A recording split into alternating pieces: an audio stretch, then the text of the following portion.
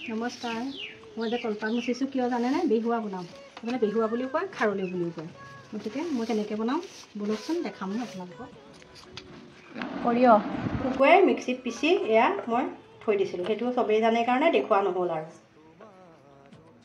নহৰু আৰু শুকান জলকীয়া পিচি থৈছিলোঁ মই সেইখিনি দিবৰ কাৰণে।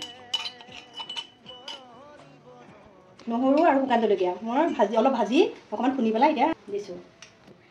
এইটো নিমখ। এয়া আঠিয়া কলৰ শুকান বাকলি পুৰি লৈছোঁ খাৰ বনাবলৈ। এই বাকলিখিনি অকণমান উল্টাই পুল্টাই দিছোঁ। এয়া হ'ল খাৰণী পানী, মই এতিয়া চাকিম।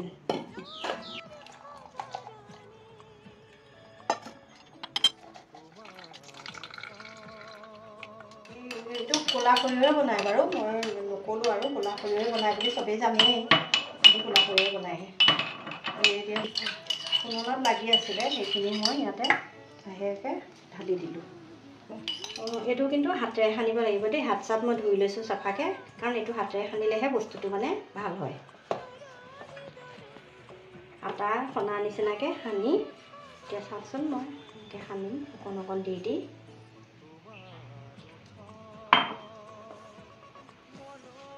খাৰণী পানী মই খুন্দনাতে মানে লাগি আছিলে যে নহৰু আৰু জলকীয়া, সেইকাৰণে খুন্দনাটোতে অকণ ধুই পেলাই এয়া সানি আছোঁ। আটা সনা নিচিনাকৈ এনেকৈ সানিব লাগিব।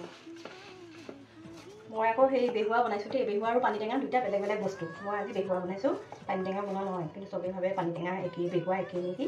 নহয়, বেলেগ বেলেগ। মই এইটো আকৌ পঁইতা ভাতৰ লগতে খাবলৈ ভাল দেই বেছিকৈ। আমি পঁইতা ভাতৰ লগতে খাওঁ। এইটো এতিয়া আমাৰ সনা হৈ গ'ল। এনেকৈ সানি পেলাই এনেকৈ হৈ গ'ল, সনা হৈ গ'ল। এতিয়া বনাইছিলোঁ এইখিনি এতিয়া কলপাতত এনেকৈ দিব লাগিব।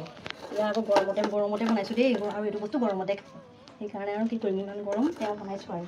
এতিয়া ঠাণ্ডা ভাত পানী দিয়া ভাতৰ লগত খাব লাগে যে, সেইকাৰণে গৰম চৰম চোৱা নাহে আৰু বনাইছোঁ। এনেকৈ থৈ যাম। তাৰপিছত এনেকৈ ধুনীয়াকৈ কৰি বান্ধি দুদিন থৈ দিম। তাৰপিছত খাম। এনেকৈ বান্ধি দিম। এনেকৈ বান্ধি থ'ম আৰু তাৰপিছত পানী দিয়া ভাতৰ লগত আৰু খোৱাৰ মজাই বেলেগ আৰু। ৰাতি ভাত থৈ দিম, তাৰপাছত ইয়াৰ লগত খাম আমি। আপোনালোকেও খাই চাবচোন।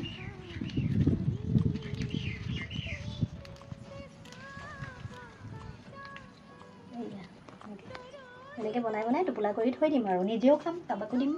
আজিলৈ ইয়াকে দেখুৱাই পেলাই সামৰণি মাৰিলোঁ দেই, ধন্যবাদ।